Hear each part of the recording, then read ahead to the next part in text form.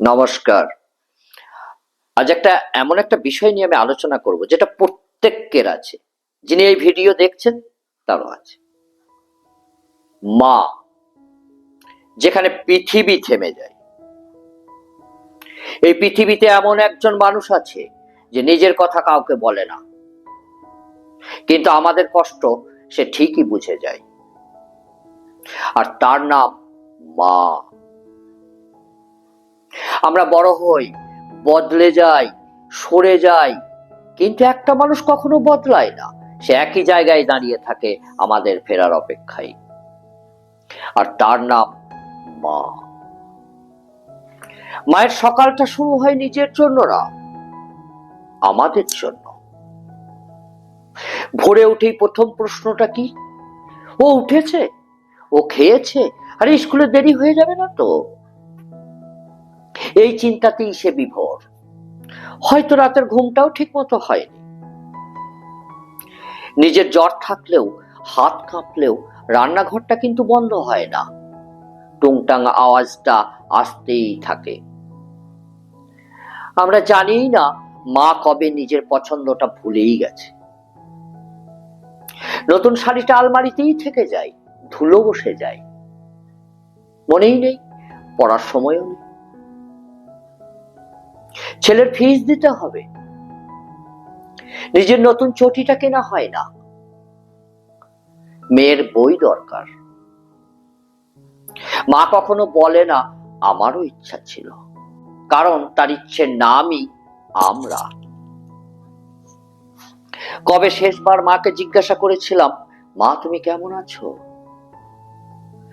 আমরা ব্যস্ত, কিন্তু মা সারাদিন ফাঁকা ঘরে বসে থাকে, একটা ফোন কলের অপেক্ষায়, একটা ফোন কলের অপেক্ষায়, আর তার নাম মা।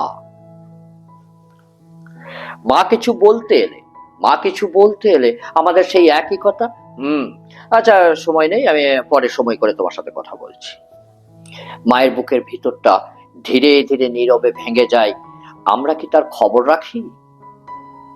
আমরা কি কখনো ভেবে দেখেছি পৃথিবী আমাদের শেখায় স্বার্থে বাঁচতে, আর মা শেখায় নিজেকে ভুলে ভালোবাসতে। কেননা মায়ের ভালোবাসা নিঃস্বার্থ। মায়েরা স্বার্থপর হয় না। আমরা হেরে গেলে সবাই দূরে সরে যাই, কিন্তু মা কই, সে তো দূরে সরে যায় না কোথাও, আরো কাছে চলে আসে। কারণ তার আকুলতা। কেননা মারা স্বার্থপর হয় না। একদিন হঠাৎ করে মায়ের ঘরটা চুপচাপ হয়ে যাবে। দেখবো সেই সর্বক্ষণ ঘিরে রাখা মানুষটার নিথর পার্থিব শরীরটা কিছু মানুষ নিয়ে যাচ্ছে, কিন্তু কেউ আর ডাকবে না, এই খেয়ে নিস, শালটা নে, ঠান্ডা লাগবে যে। এগুলার কোনোদিনও কেউ বলবে না আমাকে। সেদিন আমরা অনুভব করব এই পৃথিবীতে সবচেয়ে নিঃস্ব মানুষটা হচ্ছে মাকে হারানো মানুষ। যদি আপনার মা বেঁচে থাকেন, আজই একটু সময় দিন।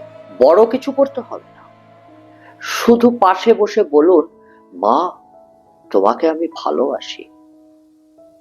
এটাও যদি না বলতে পারেন, কিছু অসুবিধা নেই, তার সাথে গল্প করুন, আপনার ছোটবেলার কথা জিজ্ঞাসা করুন, গল্প শুনুন।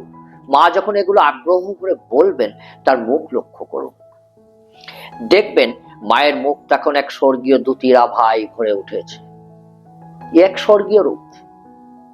এই কথাটা মা কখনো ভুলবে না।